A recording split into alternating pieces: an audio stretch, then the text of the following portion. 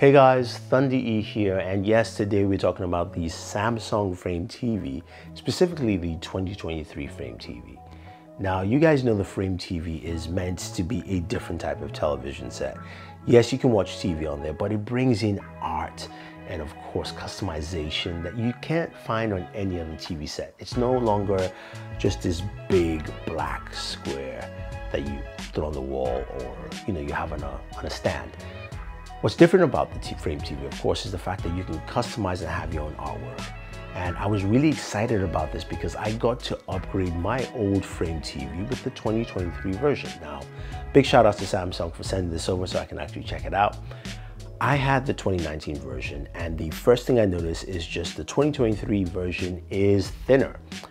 It's about less than half an inch thick, while the 2019 version, it was about an inch and a half thick. So much thinner, which meant it just laid flush. It was much easier, just to see how flush and nice it is around, my fixture location.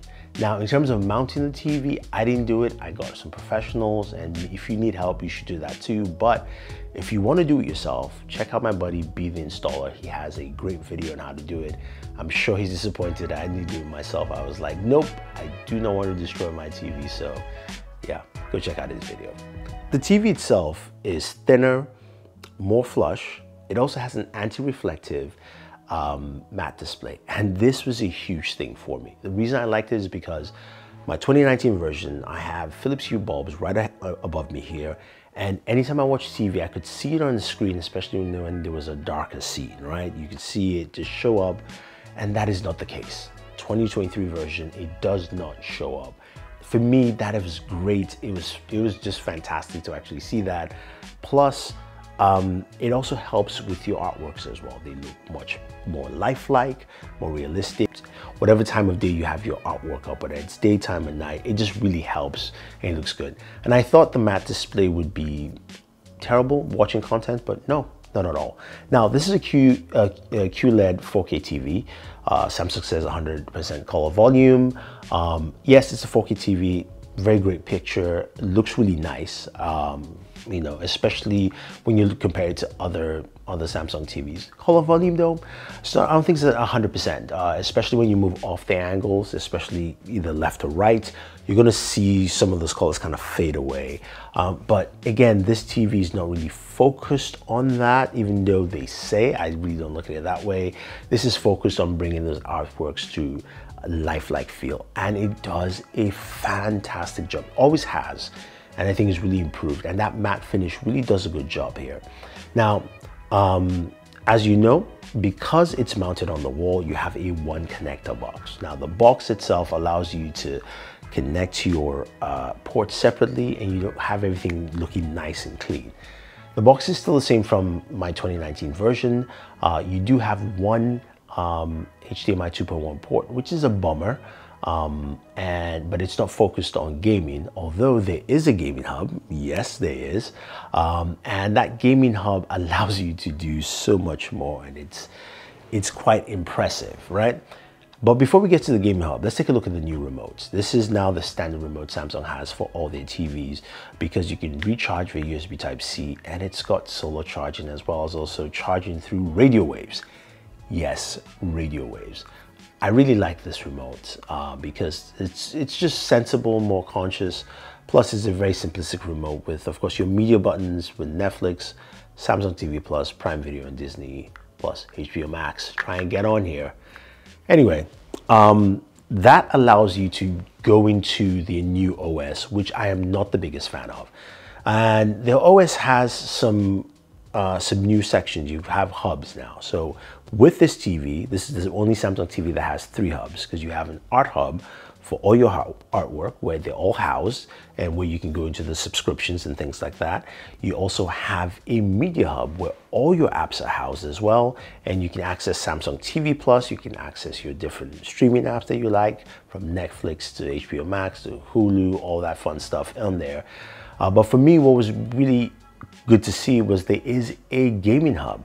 Now, this is where all your streaming services will show up, and also if you have consoles connected. In this case, you only be connecting one console because it supports HDMI 2.1 with just one port. But because it has a gaming hub, it means it has Xbox Game Pass and Stadia. Now, I went ahead, connected my Xbox controller, and I started playing games on this TV. And I gotta tell you though, games looked really good. And in different angles, different spots moving around, they just look sharp, vibrant.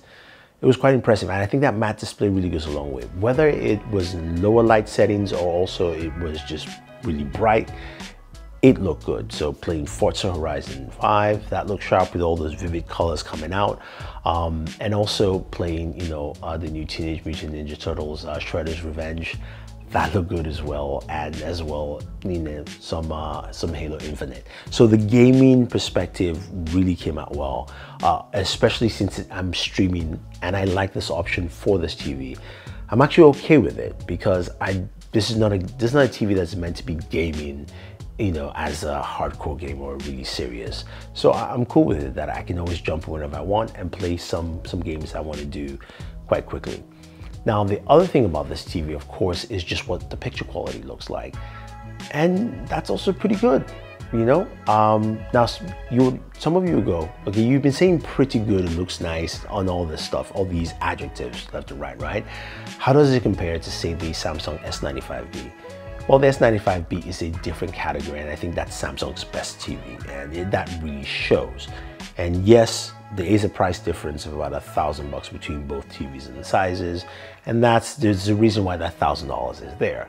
Now, this is a very solid TV set in terms of picture quality that you will enjoy what you're watching. You've got different picture modes like filmmaker mode.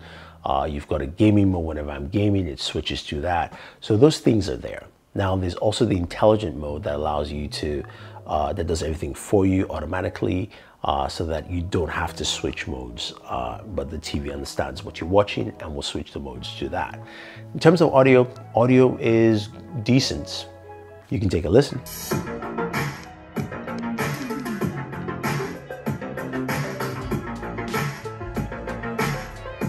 I have the brand new Pixel Buds Pro. This is the coral color. And today we're gonna see how it stacks up and compares to... Yeah, it's decent, but honestly, I think everybody else will be using the soundbar with this TV because that's not the main focus. The main focus has always been artwork and displaying your artworks. And it does a really good job at doing that.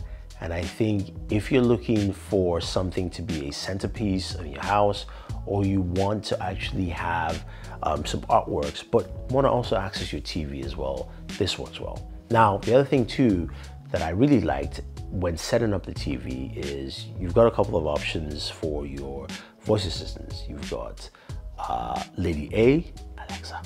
You've got Google, and you've got Bixby. So you can pick and choose whichever you want.